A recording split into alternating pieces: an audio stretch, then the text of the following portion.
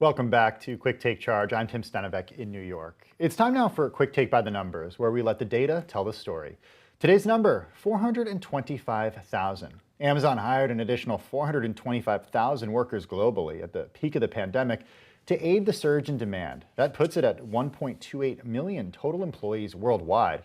While the richest 1% in the US had a great year in 2020, adding $4 trillion to their already considerable wealth, no one had a better 2020 than Amazon founder and CEO Jeff Bezos, who picked up $75 billion during a pandemic. So how have Bezos and Amazon gotten so big to the point of invincibility?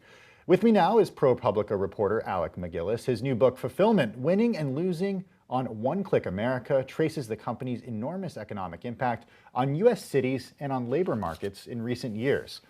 Alec, thanks so much for joining us on this. I want to start with the labor market because there's this union drive playing out in Bessemer, Alabama that we've chronicled here at Bloomberg. How has Amazon reshaped the American labor market?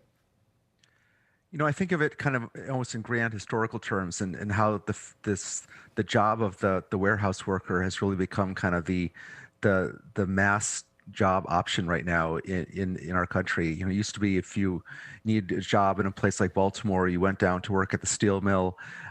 Maybe, you know, years after that, if you were maybe a woman, you went out to work at the mall. Now the option is that you go to the warehouse. And I mean, actually here in Baltimore, we have two warehouses, Amazon warehouses in the exact same spot that once held the largest steel mill in the world. And of course, a lot of those malls are gone now. So you go to the warehouse, and just the fact that now, as these jobs have spread, that really has become such a dominant sort of form of work for the sort of an aspiring member of the working class, looking for an easy to get job. That's where you now go. Is it necessarily a bad thing? I imagine, looking at the way that this has played out from Amazon's perspective, especially over the last few days, where the company has really been on the offensive, talking about how employees get health care on day one, how they get $15 an hour when they start. Is it necessarily such a bad thing? Right. They argue, look, we're better than nothing, right? A lot of these communities had lost a lot of jobs, and so we came in and we offered something. The question really is what you're comparing it to. If you're comparing it to other forms of low wage work, like say fast food, then yes, these jobs pay more, but they're at $15 an hour or so. But if you compare them to other forms, first of all, other forms of warehouse work, a lot of places, a lot of warehouses where that work is actually more kind of long-term, more stable work. You are actually still being paid more than an Amazon warehouse will pay. But then if you compare it to some of the retail jobs, the job of a veteran retail clerk, who's been working in that business for decades, she may well have been making more than $15 an hour. And then if you compare it to some of the manufacturing jobs that these warehouse jobs have replaced, it's definitely paying less, even though it's not necessarily much less strenuous. These jobs are really strenuous, repetitive, tough jobs, which is the reason why they have such high turnover. If they're such great jobs, they probably would have lower turnover. Alec, Amazon has such a fascinating relationship with cities across the country. I think back to just a few years ago when there was that beauty contest for HQ2, and the company pitted city versus city to try to find an attractive place for the headquarters. We all know how it ended up. I'm wondering what you learned when you were reporting and writing this book about Amazon's relationship with cities. How has it reshaped cities?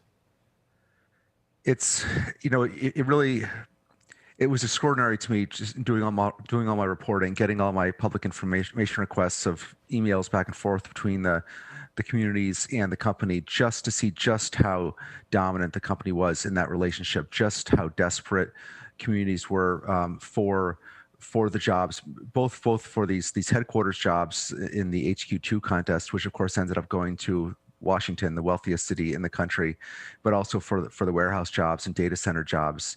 Just these incredibly obsequious pledges of not just tax subsidies, but then also pledges of secrecy to, cities and towns offering to keep information from the public, from the press about these proposals.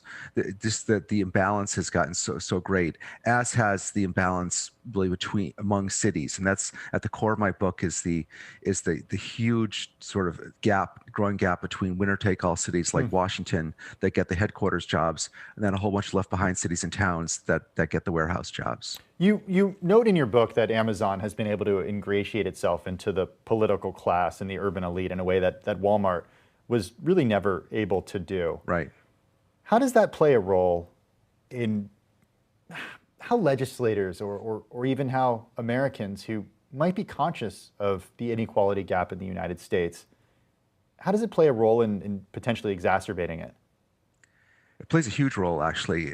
Amazon is very popular with what we sort of think of as, I guess, the influence class in our country. With the upper middle class, highly educated, urban professional. That is in a sense its strongest demographic. I mean, you look outside any Manhattan apartment building and see the stack of boxes piling up there in the sidewalk. They don't even know what to do with them. There's so many of them, and of course that kind of close alliance between those consumers and the company has gotten even stronger this past year during the pandemic, when people embraced the one-click lives with such alacrity.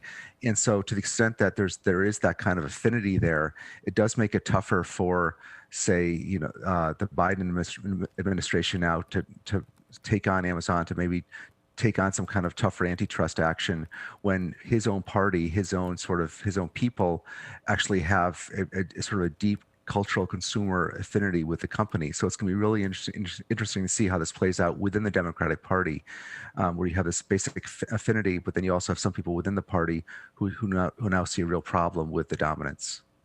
I want to end talking about unionizing and go back to what's happening in Bessemer and Amazon's aggressive anti-unionization push to try to prevent workers at their warehouses from unionizing. You write in the 1930s, Bethlehem Steel employed a small army with submachine guns to keep workers from unionizing. Here we are nearly 100 years later. How would you characterize Amazon's approach to labor? There certainly are, no weapons, no submachine guns right now. But obviously, they are very, very opposed to this effort and very worried about it. And there's even speculation that they might shut this warehouse down if it were to vote to unionize. I do see this in kind of a historical arc terms, that places like at Beth Steel, you had very tough conditions, very low pay, no workers say in these jobs early in the 20th century. And then the union came in, and those jobs were lifted up to sort of a higher middle class kind of level. And the big question now is whether all these warehouses spreading out around the country are likewise going to experience sort of an uplift, and Amazon is going to do its best to keep that from happening. ProPublica reporter Alec MacGillis, we got to have you back. I love talking to Amazon. Thanks so much for taking the time. Sure. Really appreciate it. His new book is called Fulfillment, Winning and Losing on One Click America. It's available right now. Alec, thank you so much for your time and for joining us on Quick Take. Well, coming